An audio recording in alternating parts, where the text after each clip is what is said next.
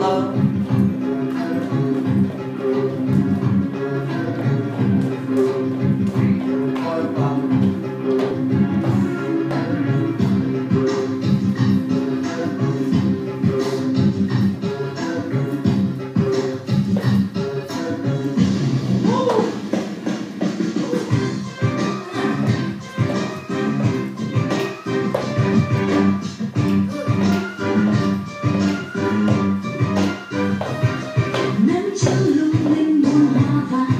Để đang về trong ánh mùa xa dấu hoa luôn vương trên đôi hồng người đã yêu tình vào trong cuộc sống bước bước tu tăng người là đà một trời mây buồn nhẹ trôi thiết tha ánh mắt mây trong đời xa vời chờ mùa xuân đến bên một